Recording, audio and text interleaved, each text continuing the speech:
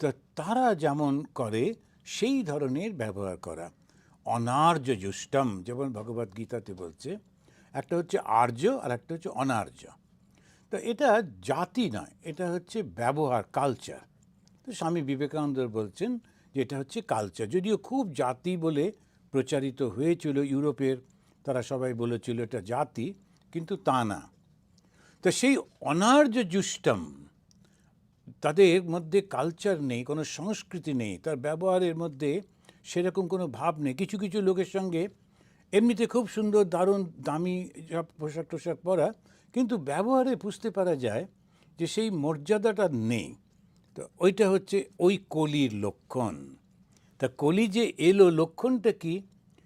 Apparently মনে হবে লোকটি কীরকম দামি পোশাক পরে আছে, মনে হয় শিক্ষিত, মনে হয় অনেক অর্থ আছে, কিন্তু আসলে দেখা যাচ্ছে যে না, সেরকম কোনো কিছু নেই। তো এই অবস্থা থেকে উনি, তারপরে ওর সঙ্গে কনভারসেশন হলো, হবার পর কলি বলল যে আচ্ছা আমাকে তুমি থাকতে তো দিতে হবে। তখন উনি ওকে বললেন আমি যতদিন আছি। এইটার পরে আমরা অন্য জায়গায় প্রবেশ করছিলাম। সেটা হলো রাজা তাকে বললেন, রাজা বলেননি, ও নিজেই বলল, কলিই বলল যে যতদিন তুমি রাজত্ব করবে আমি এখানেতে থাকবো না, তোমার রাজত্বের মধ্যে আমি কোনো প্রভাব বিস্তার করব না। তবে যারা স্বাভাবিকভাবে খারাপ কর্ম করছে আমি তাদের কাছে থাকব। যেমন যারা ওই জুয়া খেলছে, অন্য খারাপ কর্ম করছে, মিথ্যা বলে, এই তাদের মধ্যে আমি থাকব, সেটা এগ্রিমেন্ট হলো। এবারে রাজা শিকার করতে গেলেন। শিকার করে নানানভাবে, তখনকার দিনে শিকার করা হতো, তার কারণ হচ্ছে এটা মিলিটারি ট্রেনিংটা রাখা হতো।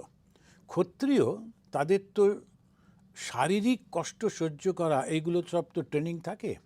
তো ওই শিকারের মধ্যে দিয়ে এগুলো হতো। রাজা যে একা যেতেন তা না, তার সঙ্গে প্রচুর লোকজনও যেত। কিন্তু অনেক সময় রাজারা একা একাই জঙ্গলে হয়তো কখনো হারিয়ে গেলেন, তারপরে কিছু পরে এইরকম একটা ঘটনার মধ্যে রাজা পরীক্ষিত, তিনি ভীষণ তৃষ্ণার্ত হয়ে তা ওই জঙ্গলের মধ্যে একটি আশ্রম দেখতে পেয়ে আশ্রমে গেলেন। এই যে আগে আলোচনা হয়েছে যে জঙ্গলের মধ্যে তখন আশ্রমগুলো থাকতো, সেই আশ্রমে তিনি প্রবেশ করলেন এবং দেখলেন একজন ঋষি শ্রমিক তিনি বসে আছেন। তা রাজা ওকে খুব চিনতেন না, কিন্তু ঋষি এরকম তো থাকতেনই। তো বারবার ডাকছেন, কিন্তু কিছুতেই উঠলেন না, আর ওখানে আর কেউ ছিলও না। তখন এই বিরক্তিতে, শারীরিক কষ্ট, তারপরে তৃষ্ণার জন্যে কষ্ট, এবং নানান বিরক্তির ফলে ক্রুদ্ধ হয়ে রাজা, যে আমি ডাকছি তবু তোমার ধ্যান ভাঙছে না, তুমি তার মানে একেবারে সমাধিস্থ হয়ে রয়েছো কি, নাকি তুমি অভিনয় করছো? তো এরকমভাবে রেগে মেগে, একটা মরা সাপ পড়েছিল কাছাকাছি, তো সেইটাকে তুলে ওনার গলায় জড়িয়ে দিয়ে চলে এলো। এখন এই দৃশ্যটা যেটা আমরা, এটা তো বাংময়ী, ভগবানের বাংময়ী একটা বাক্য দিয়ে মূর্তি তৈরি হচ্ছে, সঙ্গে সঙ্গে সমাজটাকেও আমরা চিনতে পারছি, দেখতে পাচ্ছি। সমাজটা কীরকম, যে জঙ্গলে শিকার করতে গেছেন সেই জঙ্গলের মধ্যেই কিন্তু শ্রমিক মুনির আশ্রম। তার মানে এই গভীর জঙ্গলের মধ্যেও এরকম ছোট ছোট স্কুল করে করে থাকতো। এখন ওই যে শ্রমিক মুনির আশ্রমে উনি ঢুকলেন, তার ছেলে পরবর্তীকালে আমরা দেখছি সে তার অন্য বন্ধুদের নিয়ে খেলা করছে। তার মানে স্ত্রী পুত্র এরা সবাই থাকতো। এটা আমরা কল্পনা করতে পারি, এগুলো ওই বইতে লেখা নেই, কিন্তু আমরা তখনকার সমাজের অবস্থাটা দেখছি যে এই ধরনের ঋষি যারা পড়াশুনো করতেন এবং পঠন পাঠন নিজে পড়তেন এবং অন্যকেও শেখাতেন, তা সেইটি যখন করছেন তখন তার মানে ওই ওর ছেলেটা খেলতে গেছে অন্য বাচ্চাদের সঙ্গে, আরও বাচ্চারা ছিল, অন্যান্য আরও, তার মানে ঋষিরা থাকতেন, তাদের পরিবার থাকতেন, স্ত্রী থাকতেন। তো এরকম একটা জায়গা, সেইখানে ওই বাড়িটায় ঢুকলেন, আশ্রমটাতে ঢুকলেন, ওকে দেখে না দেখতে পেয়ে একটা মরা সাপ তুলে দিলেন। তার মানে এটাও আবার যে জঙ্গলের মধ্যে বেশ ভালোই জঙ্গল, বাড়ির মধ্যে সাপ টাপও থাকতো, কেননা দেখা যাচ্ছে যে ওইরকম একটা মরা সাপ পড়ে রয়েছে কাছাকাছির মধ্যে। তো এই অবস্থাটা, আমরা চিত্রটা আমরা মনে করতে বুঝতে পারি, এবং রাজা সেটি ওকে গলায় পরিয়ে দিয়ে চলে গেলেন। সেই খবরটি ওর ছেলের কাছে এলো, আর ওই ছেলেটা খেলছে, হঠাৎ করে যেমন হয় কেউ দূর থেকে লক্ষ্য করছে, আমরা যেমন গ্রাম ট্রামে যদি যান মনে হবে কেউ কোথাও নেই, কিন্তু ঠিক কেউ না কেউ কোনো না কোনো জায়গা থেকে লক্ষ্য করছে। কেউ বা ঘাস কাটছিল, কেউ ধান কাটছে, কেউ কোনো না কোনো জায়গা থেকে। সেরকমভাবে দেখে ওরা দৌড়ে এসে ওর ছেলেকে খবরটা দিয়েছে। দেন ওর ছেলের নাম ছিল শৃঙ্গী। সে যখন খেলছে তখন তাকে এসে বলল, জানিস এরকম এরকম হয়েছে। সেইটা ওর সঙ্গে সঙ্গে খুব অপমানিত বোধ করলো। করবার পরেই এটা আমরা পাচ্ছি 33 শ্লোকে, 18 নম্বর অধ্যায়ে 33 নম্বর শ্লোকে, অহো অধর্ম। ওই বাচ্চাটা তখন বলছে, অহো অধর্ম, আহ কি অন্যায় দেখো, পালনাম প্লিম্বাম বলি ভূজামিব। এই যে যারা আমাদেরকে দেখাশুনো করার কথা, রক্ষা করার কথা, তারা স্বামিনী অগম, তারা প্রভুদের কষ্টের কারণ হচ্ছে। স্বামিনী মানে প্রভু, তাদের অগম কষ্টের কারণ হচ্ছেন। ইয়ৎ দাসানাম দ্বারপালানাম সুনামিব। এখন দরজায় শুয়ে আছে কোনো একটা কুকুর, সে ঢুকতেও দিচ্ছে না, বেরোতে দিচ্ছে না, অস্বস্তি কারণ করা হচ্ছে। তো এই রকম একটা ভীষণ খারাপ শব্দ ব্যবহার করছে ওই বাচ্চাটা, অল্প বয়সী ব্রাহ্মণ। তো সে রেগে গিয়ে এই কথাগুলো বলছে। ও শুনেই কিন্তু এইটা রিয়াক্ট করলো। ওটা আবার একটা লক্ষ্য করবার, যে কলির প্রভাব কীরকমভাবে মানুষের মধ্যে ঢুকছে। এখন এই ব্রাহ্মণ, তার তো উচিত ধৈর্য ধরা, তার দেখা যে কি হয়েছে। ওই ঘটনাটা শুনেও দৌড়ে বাড়িতে যেতে পারত, গিয়ে দেখতে পারত। তা না করে তার মধ্যে একটা অহংকার প্রবেশ করেছে, এবং সেই অহংকারটার জন্যে সে এই ধরনের কথাগুলো সঙ্গে সঙ্গে বলে ফেলছে। এটা বুদ্ধিমানের লক্ষণ নয় একেবারেই। অবশ্য বাচ্চা, কিন্তু বাচ্চা হলো ব্রাহ্মণ, এবং সে তার মধ্যে যে ব্রহ্ম তেজ রয়েছে সেটাও প্রমাণ। তো সে কেন এরকম ব্যবহার করছে? ওই কলির প্রভাবে। যেমন রাজা নিজে এত বড় বংশের মানুষ হয়েও, আর এত তিনি ঋষিদের প্রতি, ধার্মিক ব্যক্তিদের প্রতি শ্রদ্ধাশীল হয়েও একটু শারীরিক কষ্টে এতটা রেগে গেলেন যে ওই ধরনের একটা গর্হিত কাজ করে ফেললেন। আবার এই যে ব্রাহ্মণ বালক, তার মধ্যেও দেখা যাচ্ছে যে ব্রাহ্মণত্বের অভাব। সে ক্ষমা, দয়া, এগুলোই তো ব্রাহ্মণত্ব, কিন্তু সেটা করলো না। সঙ্গে সঙ্গে শুধু শুনে, না দেখে, না বিচার করে একটা ওই কথাগুলি বলল, যে দেখো এরা দুঃখের কারণ সৃষ্টি করছে, এবং নিজেরা ব্রাহ্মণেরা সবথেকে বড়, এইটা ওর মাথায় তখনই ঢুকেছে। এবং সেইটাকে ও যখন ব্যবহার করছে, যে প্রভুদেরকে দাসেরা সেবা করার কথা, তা না করে তারা প্রভুদের কষ্টের কারণ হচ্ছে, যেমন কাকগুলো করে, যেমন এই দরজার কাছে শুয়ে থাকা কুকুরেরা করে। তো এই যে শব্দগুলো ব্যবহার করলো, তো সেটা অত্যন্ত কষ্টদায়ক, এরকম করা উচিত ছিল না। তো কেন এই ব্যবহারের মধ্যে এইরকম দেখছি কলির প্রভাব? দেখুন কীরকমভাবে এই মানুষগুলো অজান্তে ওই প্রভাবের মধ্যে পড়ে যাচ্ছে। আমরা যে সব সময় সব কিছু নিজের মতো করতে পারি তা না। সেই জন্যেই সমাজে যখন কোনো কিছু চলতে থাকে, সেই প্রভাব থেকে নিজেকে আলাদা রাখা, নিজের স্বকীয়তা বজায় রাখা, এটা অত্যন্ত কষ্টকর। খুব একেবারে যারা নিজেদের প্রতি সচেতন তারাই পারে, তা না হলে ওই রকমভাবে হয়ে যায়, সমস্ত কিছুর প্রবাহের মধ্যে চলে যায়। তা এই জিনিসটাই আমরা দেখতে পাচ্ছি, ব্রাহ্মণেরা সমাজের মাথা, এই দেখো এই অহংকারী রাজা তাদেরকে অপমান করছেন। তা 34 নম্বর শ্লোকে তিনি বলছেন, কৃষ্ণে গতে ভগবতী শাস্তরী উৎপথগামী নাম। এবারে সে বলছে, ওই বাচ্চাটা সে বলছে, কৃষ্ণ চলে গেছেন, কৃষ্ণে গতে ভগবতী, মানে ভগবান শ্রীকৃষ্ণ চলে যাবার পর শস্তারি মানে শাসকেরা, যারা শাসন করছে তাদের হাতে অস্ত্রশস্ত্র রয়েছে, সৈন্য রয়েছে, অর্থবল রয়েছে। তো সুতরাং তারা উৎপথগামী নাম, তারা বিপথগামী হয়ে গেছে। কেন বিপথগামী?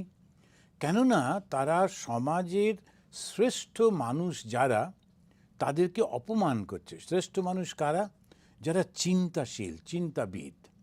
বাংলাদেশের যুদ্ধের সময়, যদিও আমাদের বয়স তখন অল্পই ছিল, তখন শুনেছিলাম যে ওই পাকিস্তানে, তখন তো ওটা পাকিস্তান ছিল, তো সৈন্যরা বেছে বেছে যত লেখক, সাহিত্যিক, সায়েন্টিস্ট, ডাক্তার, ইঞ্জিনিয়ার, যত বাঙালিকে ওরা পেয়েছিল মেরে ফেলেছিল, খুব প্ল্যান্ড ওয়েতে। তার কারণ যদি ওরা বুঝতে পেরেছিল ওরা শাসন করতে পারবে না, কিন্তু যদি চলে যাবার পর সমাজকে যারা চালাবে, যেমন ইঞ্জিনিয়ার, ডাক্তার, প্রফেসর, রিসার্চ, এই সমস্ত যারা করেন, নানা রকম অ্যাকাউন্টেন্ট, প্রত্যেকটা জায়গায় যে সমাজের মাথাতে যারা থাকেন, যদি ওদেরকে মেরে ফেলা হয়, শিক্ষক, প্রফেসরদের, তখন সমাজটা একেবারে পশুদের সমাজ হয়ে যায়। শিক্ষাটাকে নষ্ট করে দিয়ে চলে যাওয়া, খুব ক্রুড ওয়েতে ওরা করেছিলেন, যদিও পারেননি, তবু চেষ্টা করেছিল। এখানেও আমরা দেখছি যে এই ছেলেটি বলছে যে উনি মনে করছেন যে ভগবান কৃষ্ণ চলে গেছেন, এখন আর তাদেরকে শাসন করার মতো কেউ নেই, তাই তারা যা খুশি করবেন ভাবছেন। উৎপথগামী নাম, এই বিপথগামী যারা, তারা যা খুশি করতে পারবে ভাবছে। কিন্তু তদ্ভিন্ন সেতুম, এরা সীমা লঙ্ঘন করেছে। আমি ওদের শাসন করব, এটা ঠিক ব্রাহ্মণের অনুপযুক্ত একটা কথা উনি ব্যবহার করলেন, বললেন। উনি বললেন আমি এবার থেকে ওদের শাসন করব। অহম শাস্মি পশ্যত মে বলম, আমি এদেরকে শাসন করব, এ দেখো আমার শক্তি কীরকম দেখো। এই যে ছেলে মানুষের মতো কথা বলছেন তা কিন্তু না, তার মানে ও নিজের শক্তি সম্পর্কেও ধারণা ছিল, কিন্তু ব্রাহ্মণের শক্তি মানুষের কল্যাণের জন্যই হয়, সেইটি ওর মধ্যে পাওয়া যাচ্ছে না, সেটা ছিল না। তাহলে একটা হচ্ছে রাজা, এবং রাজা মানে পরীক্ষিতের মতো রাজা, যিনি পাণ্ডবদের বংশধর, যাকে কৃষ্ণ রক্ষা করেছিলেন, তিনি এসে একটু তৃষ্ণা পেয়েছে, উনি ওরকমভাবে ঘোড়া থেকে নেমে একটু নিজেও তো যেতে পারতেন, সেটাও করতে পারলেন না। কেন? বুদ্ধিটা ভ্রষ্ট হয়ে গেল। কলিযুগের একটা প্রভাব হচ্ছে মানুষের বুদ্ধিটাকে ভ্রষ্ট করে দেয়। ঠিক যার যখন যেটি করবার ওটি করতে পারে না।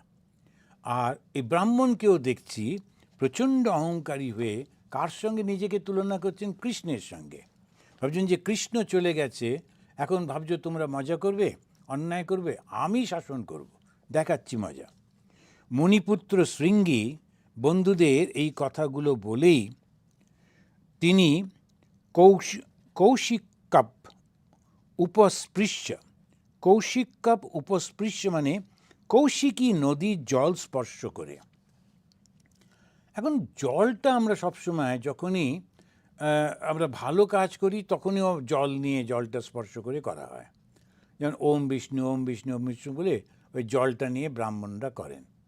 আবার যখন কোনো এই ধরনের অভিশাপ টভিশাপ দেওয়া হয়, ওই জলটা হাতে নিয়ে করা হয়। কেন জলটা? জল কিন্তু ব্রহ্মের প্রতীক, সর্বশক্তিমান ঈশ্বর, সেই তারই প্রতীক হচ্ছে জল। তো সেই জলটা যখন নেওয়া হচ্ছে, ঈশ্বর সর্বব্যাপী, সর্বশক্তিমান, তিনি নিরাকার, এইটা ধারণাটাকে মনের মধ্যে রেখে সে ঈশ্বরকে স্মরণ করে এবং তাকে সাক্ষী রেখে একটা কথা বলা, ভালো কিংবা মন্দ, আশীর্বাদ দেওয়া কিংবা অভিশাপ দেওয়া, দুটোই কিন্তু। তাই উনি বলছেন যে যেহেতু ওরা তদ্ভিন্ন সেতুম, এই লোকগুলো যেহেতু সীমা লঙ্ঘন করেছে, আমি শাসন করব বলে সে কৌশিকী নদীর জল স্পর্শ করে ক্রোধে রক্তচক্ষু হয়ে অত্যন্ত কঠিন অভিশাপ প্রদান করলেন এবং খুব চিৎকার করে তিনি বললেন। এখন শৃঙ্গী তার পিতার কাছেই যায়নি, কে করেছে খোঁজ খবরও নিলেন না ভালো করে, একটু পিতার সঙ্গে কথা বলেই বলতে পারতেন, তা না করে উনি বললেন, ইতি লঙ্ঘিত মর্যাদাম তক্ষক সপ্তমে অহনি দক্ষতি স্ম কুলাঙ্গারম চোদিতো মে ততদ্রুহম। আমার প্রেরিত, আমি যে মন্ত্রশক্তি দিচ্ছি সেই মন্ত্রশক্তিতে ঠিক 7 দিনের মাথায় তক্ষক সপ্তমে অহনি, অহনি মানে সময় বা দিনে, তক্ষক, ওই যে তক্ষক বলে যে একটা ভয়ঙ্কর সাপ আছে, সে গিয়ে ওকে দংশতি, ওকে দংশন করবে, ওকে মেরে ফেলবে। আর কাকে মারবে? লঙ্ঘিত মর্যাদাম, মর্যাদা লঙ্ঘন করেছে। মর্যাদা কি লঙ্ঘন হলো? রাজা হলেও, শাসক হলেও তিনি হচ্ছেন ক্ষত্রিয়, আর ব্রাহ্মণ সে হচ্ছে ক্ষত্রিয়ের ওপরে। ক্ষত্রিয় হচ্ছে দ্বিতীয় শ্রেণী, ব্রাহ্মণ প্রথম শ্রেণী। কেন? ওই তার্কিক সম্পর্কে হিন্দুদের সবসময় ওরা বলেন যে ভগবান বিষ্ণুর মাথা থেকে ব্রাহ্মণরা সৃষ্টি হয়েছেন, একটা মূর্তি চিন্তা করা হচ্ছে, তো ব্রাহ্মণরা মাথা থেকে সৃষ্টি হচ্ছেন ইত্যাদি ইত্যাদি। অর্থাৎ যারা বুদ্ধিজীবী, যারা জ্ঞানজীবী, যারা সমস্ত কিছু তাদের ওই বিচার বিবেচনার উপরই তাদের জীবনটা, তারা সমস্ত সমাজকে পথ প্রদর্শন করেন। তাদেরকে সেই জন্য দেখবেন গো ব্রাহ্মণায়, যে গরু এবং ব্রাহ্মণদের কখনো হত্যা করতে নেই, এরা হিন্দুরা কখনো করবে না। আমি একবার একটা জায়গায় গেছিলাম বিহারে, তো সেখানে বেশ বলশালী সব লোকজন, কিন্তু দেখলাম আমাদের সাধুটি যে ওখানে ইনচার্জ, সে ওদের বকাবকি করছে, ওদের দেখলেই ভয় লাগছে, কিরম ভয়ঙ্কর ভয়ঙ্কর দেখতে, কিন্তু তাদেরকে বকাবকি করছে, ওরা বেশ নিরীহ হাত জোড় করে মাথা নিচু করে শুনছে। একটা প্রসেশন হচ্ছিল, হাতি টাকিতে যাচ্ছে, ওরাও কিছু লোক ছিলেন। তা আমি বললাম, তুমি ওরকমভাবে একদম ওদেরকে বকছো বলে, কি জানেন গেরুয়া পরা সাধুদের ওরা কিচ্ছু বলবে না, ওই কথাটাই যদি ওর বাবাও বলে হয়তো গুলি করে দেবে। তো এইরকম সমস্ত ভয়ঙ্কর সব লোক, কিন্তু সাধুদের ওরা কিছু, এই যে একটা ট্র্যাডিশন চলে এসছে যে গো ব্রাহ্মণ, ব্রাহ্মণ মানে যে ব্রাহ্মণ বংশে জন্মেছে সে নয়, যে সমস্ত খুব উচ্চ চিন্তাশীল ব্যক্তি। তা সমাজ চালাতে গেলে এই চিন্তাশীল ব্যক্তিদের খুব প্রয়োজন। সেই কারণেতেই আমাদের সমস্ত একদম প্রাচীন কাল থেকেই এই বিশ্ববিদ্যালয় ইত্যাদি ইত্যাদিগুলোকে খুব শ্রদ্ধার সঙ্গে দেখা হতো। কেন কি ওইখানেতে বিদ্যার চর্চা হচ্ছে। তা পরবর্তীকালে ওটা ভুল হয়ে গেল এবং অন্যদিকে চলে গেল। এখানে ও তখন ওই মণিপুত্র বলছে, ইতি লঙ্ঘিত মর্যাদাম তক্ষক সপ্তমে অহনি, সপ্ত দিনে 7 দিনের মাথায় ও যাবে দংশতি স্ম, এবং তাকে মারবে, তাকে দংশন করবে বলে যে শব্দটা ব্যবহার করলেন কুলাঙ্গারম, কুলের যে যে কুল অর্থাৎ যে বংশ যে জন্মেছে তাদের মধ্যে সে নিকৃষ্টতম, ওইটি উনি ভুল হয়ে গেল।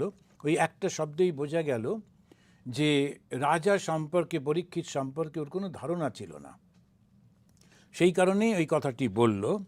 এবং আমি এটা পাঠাবো, এই নয় যে ও হঠাৎ করে মারা যাবে, আমি পাঠাবো সাপটিকে ঠিক 7 দিনে। এই যে চ্যালেঞ্জটা দিচ্ছেন, 7 দিনের মধ্যে নিজেকে রক্ষা করো, দেখো পারো কি না। এইরকম কিছুতেই তুমি নিজেকে রক্ষা করতে পারবে না। এবারে শৃঙ্গী আশ্রমে ফিরে গেলেন দৌড়ে দৌড়ে, আমরা বুঝতে পারি। তিনি যখন গেলেন, পিতা শ্রমিক তখনও কিন্তু তিনি ধ্যান করছেন। অর্থাৎ তিনি যে শুধু চুপ করে বসেছিলেন চোখ বুজে, যেটা রাজা ভুল করেছিলেন তা নয়, সেখানে বলছেন যে তিনি একেবারে নির্বিকল্প সমাধির মধ্যে অবস্থান করছিলেন। আর যখন নির্বিকল্প সমাধিতে যায় তখন শরীরের কোনো বোধ থাকে না, জগৎ সম্পর্কে কোনো ধারণা থাকে না, যাদের হয়েছে তারাই শুধু জানে। এইরকম একটা মানসিক অবস্থায় যখন কি অবস্থান করছেন, কেউ সামনে এসে দাঁড়িয়েছে বা কিছু চাইছে, ওগুলো বুঝতে পারা যায় না, সম্ভব না। আর সেইটা রাজা ভুল করে ফেলেছিলেন, ভেবেছিলেন আমি এত জোরে ডাকছি, এত লোক আমার সঙ্গে, তো এতেও ও ধ্যান ভাঙছে না, নিশ্চয়ই আমাদের দেখে ওই কিছু সেবা করতে হবে ইত্যাদি ভয়ে ও চোখ বুজে বসে আছে। সুতরাং তিনি ওই কাজটি করেছিলেন। আর কিন্তু ওই ছেলেটি এসে দেখলো তখনও বাবা ওই রকমভাবে রয়েছে। ওর বাবা জানতোই না কি ঘটনা ঘটেছে। ও যখন কাছে এসে দেখলো তখনও ওই মরা সাপটা মুনির গলাতে পরানো রয়েছে, ও কাছে এসে অত্যন্ত চিৎকার করে কাঁদতে লাগলো। ছেলের কান্নার আওয়াজে তার ধ্যানভঙ্গ হলো, এবং তিনি ধ্যানভঙ্গ হবার পর যখন এই সাপটিকে গলায় দেখলেন, একটু বিচলিত না হয়ে সেই সাপটি নিয়ে দূরে ছুঁড়ে ফেলে দিলেন। দিয়ে ওকে বললেন, তুমি কাঁদছো কেন, কি হয়েছে? ছেলে যখন সবটা বলল তখন অত্যন্ত দুঃখিত হয়ে তিনি বললেন, অহো বতাম হো, হায় হায় হায়, তুমি এটা কি করে ফেললে? আজ তুমি একটা অত্যন্ত জঘন্য পাপ কাজ করে ফেলেছ। মহৎ অংহ কৃতম, মহৎ অংহ মানে মানে ভয়ঙ্কর একটা পাপ কাজ, কৃতম তুমি করে ফেলেছ। অল্পীয়সি দ্রোহে উরুদম ধৃতঃ, অল্পীয়সি দ্রোহে, দ্রোহে মানে কোনো ভুলে, অল্প ভুলের জন্যে তুমি একটা বিরাট বড় শাস্তি দিয়ে ফেলেছ। তুমি মৃত্যুদণ্ড দিয়ে দিলে, এটা কি করে ফেললে? এইটা রাজা মৃত্যুদণ্ড দিলে কি কি ক্ষতি হতে পারে সেইটা তিনি খুবই নিজের পুত্রের এই কর্মেতে খুব দুঃখিত হলেন। তার কারণ পুত্রের অভিশাপে রাজার মৃত্যু হবে, তার মানে পুত্রের মধ্যে কি প্রচণ্ড যৌগিক ক্ষমতা জাগ্রত হয়েছে, সেইটা জেনে পিতার আনন্দ করার উচিত ছিল। এবং আমাকে অপমান করে যে লোকটি চলে গেল, তাকে আমার পুত্র শাস্তি দিল, তাতে পিতা হিসেবেও তার গর্ব হওয়ার উচিত ছিল, কিন্তু তা তিনি করলেন না। কেন? একটা জায়গায় ওরা বলছেন যে তিনি যে বংশ থেকে আসছেন, তিনি যে শিক্ষা কুল থেকে আসছেন, সেটা অত্যন্ত উচ্চ স্তরের, সেই কারণে তার মধ্যে এই ধরনের চিন্তাটা রয়েছে। নিজের অপমানকে তিনি মোটেই বড় করে দেখছেন না, বরং এই রাজা যদি না থাকে তাহলে সমাজে অরাজকতা কিভাবে হবে সেটি কল্পনা করে ভয় পেয়ে যাচ্ছেন। ইনি ব্রহ্মদ্রষ্টা ঋষি, সুতরাং তার মধ্যে কোনো অহংকার কিচ্ছু নেই। কতগুলো এবারে ছোট ছোট চিত্র ভেসে উঠছে, সেটা হচ্ছে ঋষি তিনি অহংকার করলেন না, অপমান তাকে করা হয়েছে, তার গলায় ওরকমভাবে একটা মরা সাপ দিয়ে চলে গেছে, তার নিজের রাগ হবার কথা ছিল, সেটা করলেনই না। তিনি বুঝলেন যে রাজা নিশ্চয়ই অত্যন্ত কষ্টের মধ্যে, ভুল বুঝে তিনি চলে গেছেন। এক, দুই, ক্ষত্রিয়দের মধ্যে ক্রোধ স্বাভাবিক। যদি ক্ষত্রিয়দের মধ্যে ক্রোধ এবং শক্তির প্রকাশ না থাকে, সে ক্ষত্রিয় সবাইকে আশীর্বাদ করে বেড়াচ্ছে, সেই ক্ষত্রিয়ই নয়। আবার যদি ব্রাহ্মণ ক্রোধিত সবসময় সকলকে অভিশাপ দিচ্ছে, তিনিও আবার ব্রাহ্মণত্বের ভুল হয়ে যাচ্ছে। সুতরাং এক একটা স্বধর্মের ব্যাপার আছে। তো এইখানে আমরা একটা খুব সুন্দর দৃশ্য দেখলাম। দুই, নিজের পুত্রের অতখানি শক্তি হয়েছে জেনেও মোটেই তিনি আনন্দ করছেন না। কেন? এই যে ভুলটাও করলো, তাতে যে কত লোকের কত কষ্ট হবে সেটা তিনি সঙ্গে সঙ্গে কল্পনা করে খুব চিন্তিত হয়ে পড়লেন। তখন উনি বলছেন, মহৎ অংহ কৃতম, তুমি অত্যন্ত একটা বড় পাপ কাজ করে ফেললে। অল্পীয়সি দ্রোহে উরুদম ধৃতঃ, অত্যন্ত অল্প দোষে তুমি এইটা একটা বড় করে ফেলেছ। এখন এই যে রাজা পরীক্ষিতকে কুলাঙ্গার বলে তুমি গালি দিলে, তুমি কি জানো যে একে শ্রীকৃষ্ণ রক্ষা করেছিলেন? তুমি জানো যে ভারতবর্ষে যারা ধর্মকে রক্ষা করেছিল, সেই পাণ্ডব বংশের একমাত্র বংশধর ইনি, সেইগুলো উনি তাকে মনে করিয়ে দিচ্ছেন। তুমি কি জানো এরই প্রভাবে, এরই শক্তিতে কলি এর রাজত্ব থেকে দূরে গিয়ে অপেক্ষা করছে। এগুলো না জেনে তুমি এটা কি করে ফেললে? রাজাও আবার যখন তার রাজভবনে পৌঁছে গেলেন, তিনি গিয়ে বোধহয় একটু আবার রেস্ট নিয়ে এইবারে তার মাথায় হলো যে না, বড় ভুল কাজ হয়ে গেছে আমার। উনি বলছেন, অহো ময়া নিচম অনার্যবৎ কৃতম। আমি একটা বড় ভুল কাজ করে ফেললাম। অনার্যবৎ, এই শব্দটা তখনকার দিনে একটা গালাগালির পর্যায়ে পড়ত। আর্য, অনার্য, অসংস্কৃতি সম্পন্ন। আমাদের একজন সাধু তিনি বলতেন, প্রেসিডেন্ট মহারাজ ছিলেন, তা তিনি বলতেন, Madhabanandaji, first be a gentleman then be a monk. যে ছেলেরা সব আসতো তখন তাদেরকে বলতেন, first be a gentleman then be a monk. একটা ভালো মানুষ হতে হবে। কীরকম মানুষ? ভদ্র মানুষ। ভদ্র মানুষ কি করে? সে অন্যের অসুবিধেটা উপলব্ধি করে সে কখন সেই কাজগুলো করে না। এটা হচ্ছে ভদ্রলোকের স্বভাব। আমরা যদি লক্ষ্য করি, আমরা দেখব, একবার চায়নাতে গেছিলাম, সেখানে আমরা ওই একটা ইন্ডিয়ান সবগুলো থাকে তো ওই তো রেস্তোরাঁ, ওখানে গেছি, তখন দেখলাম এক দল ইন্ডিয়া থেকে বেড়াতে এসছে। তারপরে ওই টেবিল লাগিয়ে লাগিয়ে একসঙ্গে বসেছে 17-18 জন। এখন তো ইন্ডিয়ানদের খুব পয়সা হয়েছে, তো খুব সবাই মিলে বসে এত জোরে কথা বলছে, ওই টেবিলেতে ওরাই কারুর কথা নিজেরা শুনতে পাচ্ছে না। আর আমরা যারা এদিক ওদিক দূরে দূরে বসে আছি, সমস্ত হোটেলটাতে সবাই ডিস্টার্ব। তার মধ্যে ওদের ওই বাচ্চাগুলো ছোটাছুটি করছে, আবার বাচ্চাদের কিছু বলা যাবে না, মানে বাচ্চা হলে সে টেবিল ফেলে দিতে পারে, একটা এইটা ফেলতে পারে, ওসব করে বেড়াচ্ছে। এই যে করছে, এটাতে বোঝা যায় পয়সা অবশ্যই আছে, কিন্তু সংস্কৃতি নেই। এইটাতে একদম খুবই পরিষ্কার। এই জন্য সংস্কৃতি একটা অদ্ভুত জিনিস। ওটা আপনার পোশাকে বা কোনোতে হবে না, ওইটা আপনার ব্যবহারে। তো কলকাতায় অনেক দিন আগে, বহু বছর তো বাসে চড়িনি, তা আগে বাসে লেখা থাকতো, আপনারা হয়তো কেউ কেউ কলকাতার লোক জানবেন, যে বাসের মধ্যে লেখা থাকতো, আপনার ব্যবহার আপনার পরিচয়, এরকম করে বাসের গায়ে লেখা থাকতো। তার মানে হচ্ছে লোকেরা পয়সা দিত না, টিকিট কাটতো না বাসে, তা কন্ডাক্টর ওকে স্মরণ করিয়ে দিত, যদি তুমি টিকিট না কাটো তাহলে তুমি খারাপ লোক। তো সেই জন্য আপনার ব্যবহার আপনার পরিচয় এরকম সব লেখা টেখা থাকতো। তো তাতে কতটা কাজ হতো, কিছু কিছু হতো, অনেকটা হতো না। তো এখন এই যে আমরা দেখছি, মানুষ যখন ব্যবহার করে ওইটি, সাধু হলে মানে কি, বেস্ট মাইন্ড। একজন যখন সাধু হচ্ছেন, যখন অ্যাপ্রিসিয়েশন করা হতো, তখন সংস্কৃততে বলা হতো সাধু সাধু। যখন কেউ সুন্দর গান করলো, তখন হাততালি দেওয়া হতো না, বলা হতো সাধু সাধু। সুন্দর বক্তৃতা করলো, কোনো একটা প্রেজেন্টেশন, বলা হতো সাধু সাধু, শ্রেষ্ঠ, খুব সুন্দর।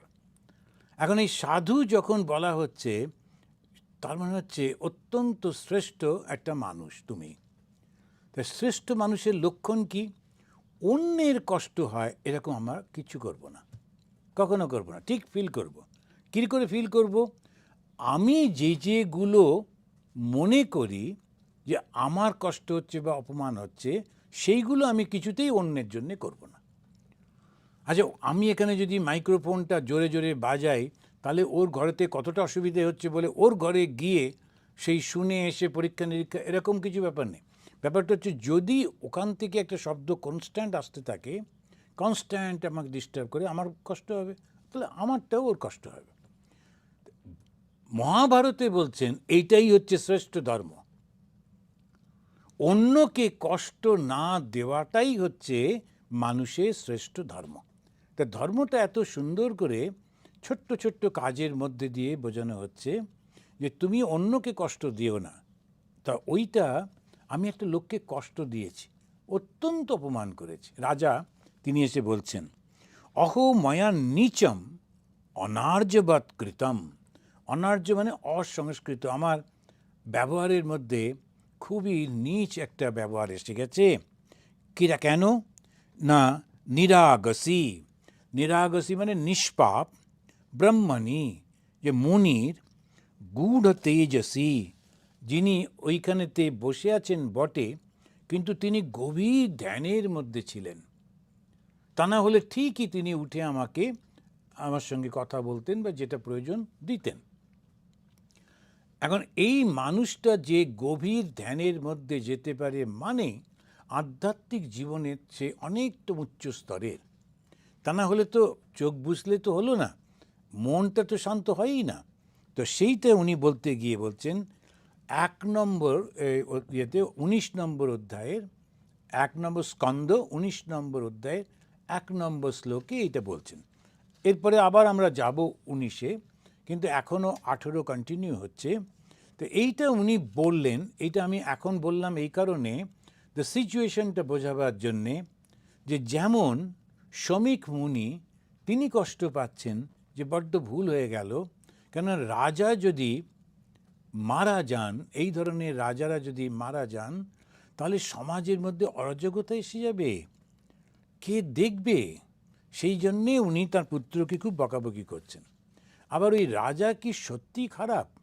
তাকে যে ছেলেটি বলছিল কুলাঙ্গার, কিন্তু না, তার মনের মধ্যেও এই চিন্তাটা এসেছে, এবং পরে আমরা দেখব তিনি কত বড় ত্যাগী রাজা। এদিকে শ্রমিক ঋষি তার পুত্রের জন্যে দুঃখ প্রকাশ করছেন আর বলছেন, হে অপরিণত বুদ্ধি বালক, অবিপক্ক বুদ্ধে, যে তুমি পরাক্রমী রাজাকে সাধারণ মানুষ ভাবা তোমার একেবারে উচিত হয়নি।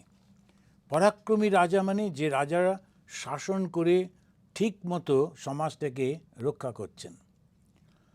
শাসনের ব্যাপারটাই হচ্ছে এই রকম, যেটাতে সকলের মঙ্গল হবে ওইটাই করতে হবে। তার জন্যে 2-5 জনের যদি কষ্টও হয় ওটা দেখলে চলবে না।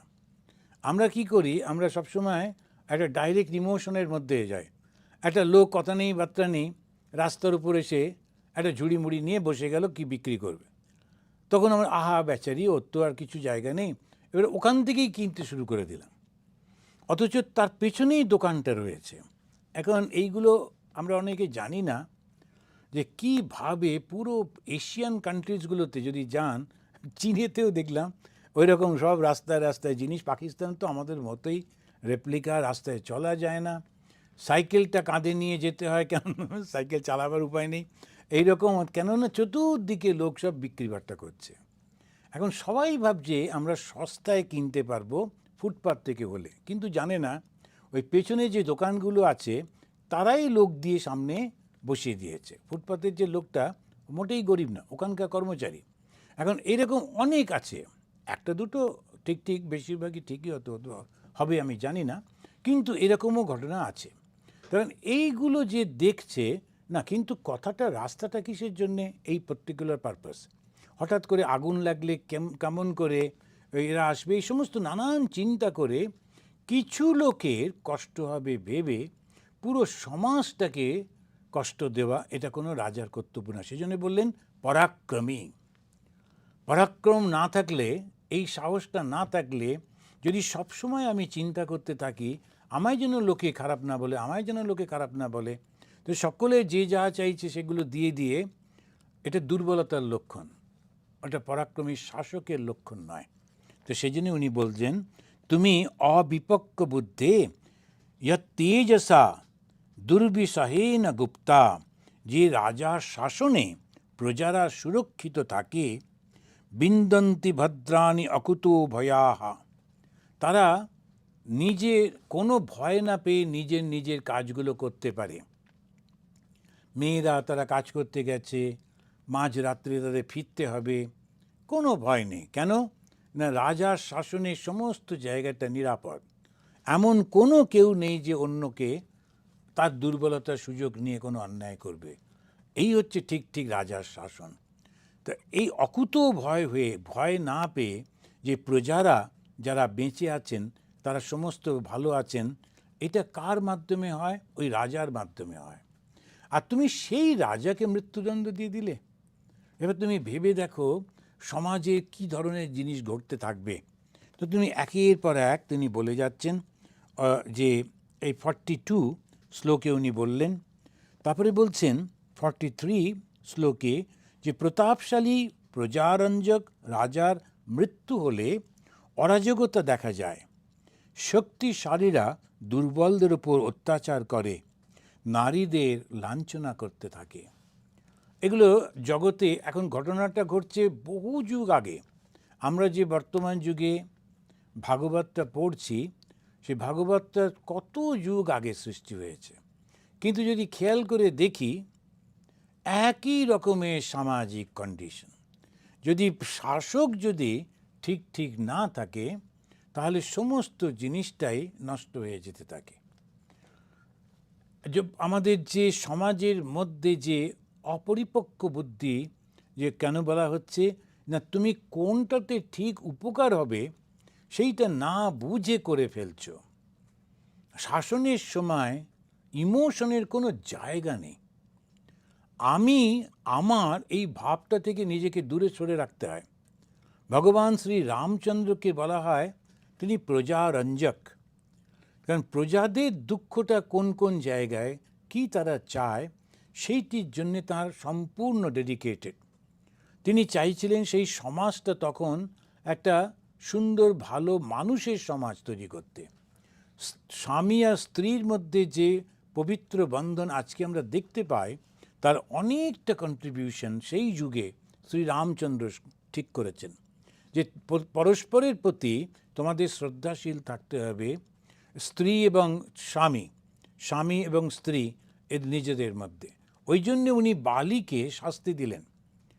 তিনি এই রকমভাবে আবার দেখছি তিনি অহল্যাকে তিনি আশীর্বাদ করছেন যে অহল্যার কোনো পাপ হয়নি, বরং এটি ইন্দ্রের পাপ হয়েছে, ইন্দ্র অন্যায় করেছে, ইন্দ্রকে তিনি শাস্তি দেবার কথা বলছেন।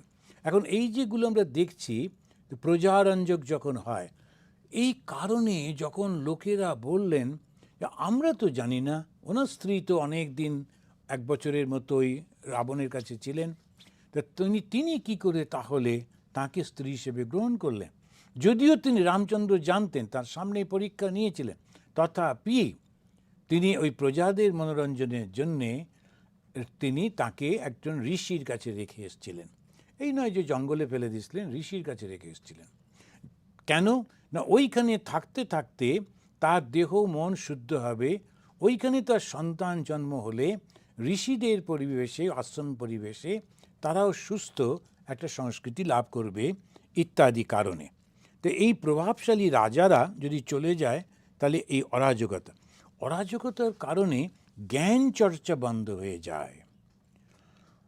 অর্থ ও বিষয় ভোগে লিপ্ত হয়ে মানুষ পশুর মতো ব্যবহার করতে থাকে। এখন আমরা যেগুলো দেখছি, যে কথাগুলো আমরা ভাগবতে এখন পাচ্ছি, এই প্রথম অধ্যায়ে, এই প্রত্যেকটিতে প্রথম স্কন্ধতে 18 অধ্যায়ে প্রতিটি আমাদের সমাজে, বর্তমান সমাজেও খুব করে পরিলক্ষিত হচ্ছে। তার কারণ যদি ঠিক শাসন না থাকে তো সমস্ত সব শেষ হয়ে যায়। যারা ভগবানের শরণাগত তারা সংসারের অপরের দ্বারা নিন্দিত, বঞ্চিত, অভিশপ্ত, উপেক্ষিত, উৎপীড়িত হয়ে থাকে। প্রতিকার করার সামর্থ্য থাকা সত্ত্বেও সেগুলি সহ্য করেন, কখনো প্রতিশোধ নেন না। ওনার ছেলেকে উনি শেখাচ্ছেন, বলছেন তোমার মধ্যে যে ঈশ্বরের শক্তি এসেছে, সেই শক্তিটাকে তুমি অপব্যবহার করেছ। সেই জন্যে ওই শক্তি খুব ভয়ঙ্কর, অপব্যবহার হয়ে যায়, কারণ মানুষ তো নিজেকে রাখতে পারে না। একজন সাধু তিনি তার শিষ্যকে পাঠাতেন একটা মিষ্টির দোকানে রোজ একটু করে দুধ আনবার জন্যে। ওনার শিষ্য তো সে যে দুধের যে দোকান ছিল সেও এই সাধুরই শিষ্য। তার আশ্রম থেকে একজনকে পাঠাতেন, ব্রহ্মচারী, তুমি যাও, গিয়ে ওর কাছে দাঁড়ালেই ও একটা গ্লাস দুধ দেবে, নিয়ে চলে আসবে। রোজই দেয়। একদিন এই ব্রহ্মচারী গেছে, তো গিয়ে ও দেখছে সেদিনও প্রচণ্ড ব্যস্ত এবং নানা রকমের কিছু একটা সমস্যা হয়েছে, সেগুলো করছে। এই ব্রহ্মচারী এসে দাঁড়িয়েছে, সেদিকেও খেয়ালই করছে না। ও রেগে মেগে ফিরে চলে এলো।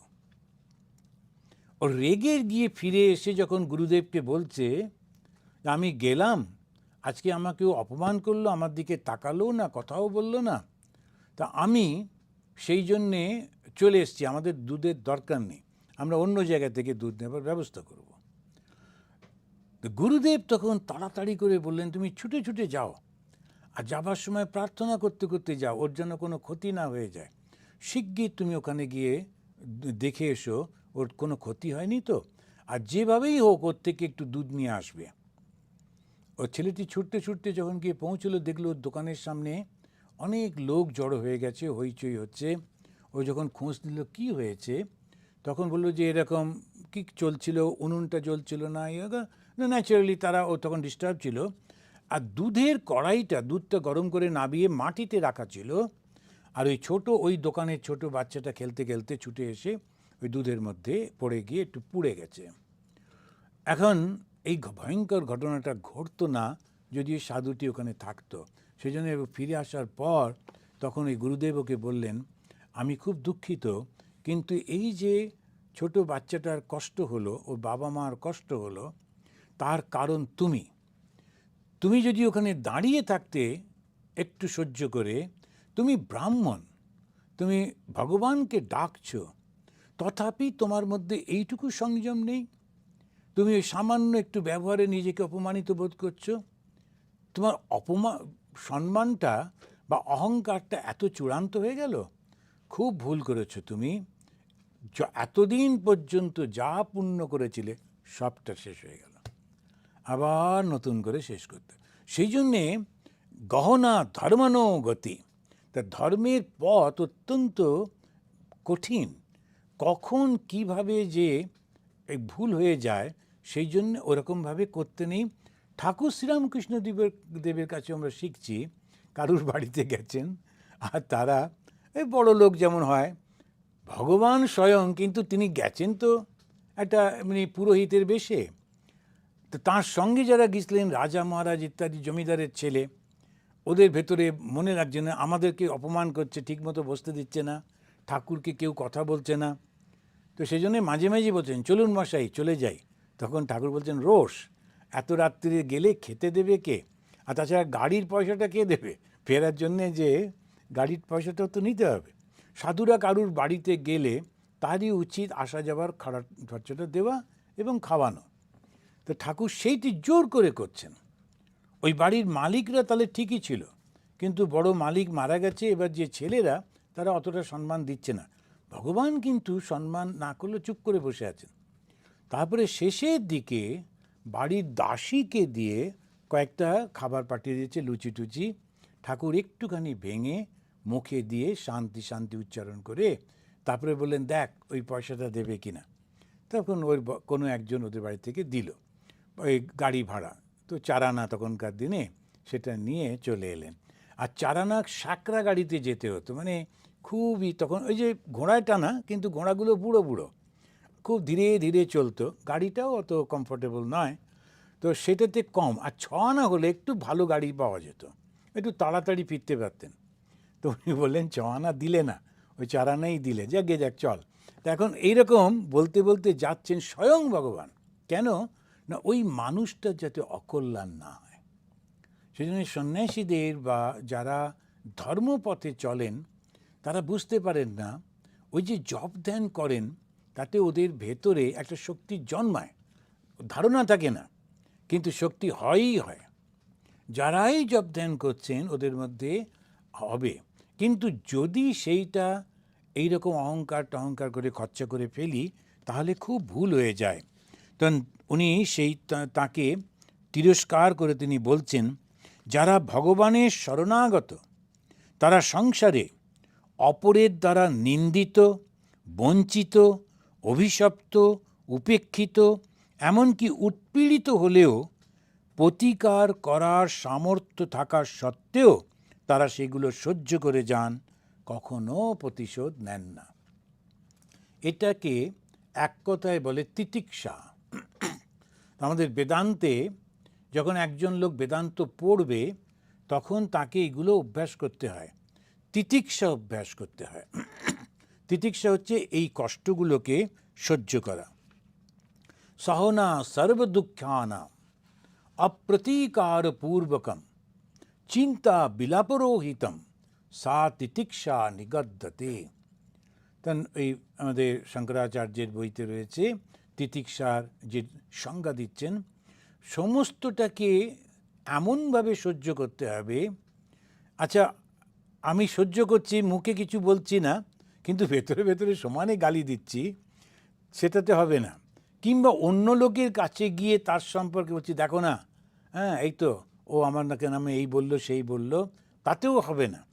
কোনো রকম চিন্তা বিলাপরোহিতম, চিন্তা করা চলবে না, বিলাপ পর্যন্ত করা চলবে না। বিলাপ মানে দুঃখ, কেঁদে কেঁদে নিজের কাছেই দুঃখ প্রকাশ করা। যখন করবে না তখন ঠিক ঠিক তিতিক্ষা, এবং সেটা হলেই তার ঠিকভাবে ধর্ম পালন হচ্ছে। আর তিনি তার ছেলের জন্যে ভগবানের কাছে প্রার্থনা করছেন। এই 47 যে শ্লোকেতে তিনি বলছেন যে এই ছেলেটিকে, হে সর্ব অন্তর্যামী ভগবান, তুমি একে মার্জনা করো, ক্ষমা করো। তো অপরিণত বুদ্ধি বালক শৃঙ্গী তার কাছে তার জন্যে ভগবানের কাছে তিনি প্রার্থনা করছেন। একদিকে যেমন পিতার ধর্ম করছেন, পিতা তার পুত্রকে ভালোবাসে, পুত্রের এতখানি ভালো কাজ একটাতে শেষ হয়ে গেল, নষ্ট হয়ে গেল, তার জন্যে যেমন দুঃখ করছেন, তেমনি ভগবানের আশীর্বাদ চাইছেন যেন ওর ক্ষতি না হয়। একটা পিতাকে আমরা লক্ষ্য করতে পারছি, পিতার মন তার পুত্রকে রক্ষা করছেন। আবার সঙ্গে সঙ্গে সমাজটা যে নষ্ট হয়ে যাবে, এই রকম রাজার যদি চলে যায়, সেটাতেও তিনি চিন্তিত এবং দুঃখিত হয়ে এই কথাগুলি বলছেন। এই রকম করবার পর একটা শেষে 50 নম্বর যে শ্লোকটা আসছে, তাতে একটা খুব সুন্দর উপদেশ আমরা পাচ্ছি।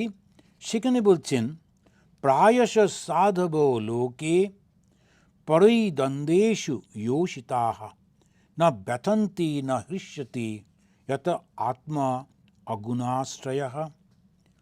এই সংসারে যে সাধু ব্যক্তিগণ, তারা অপরের দ্বারা সৃষ্ট সুখ বা দুঃখে বা তিনি উৎফুল্ল বা বিষণ্ণ কিছুই হন না, কারণ তারা জানেন আত্মাকে গুণ আশ্রয় করতে পারে না।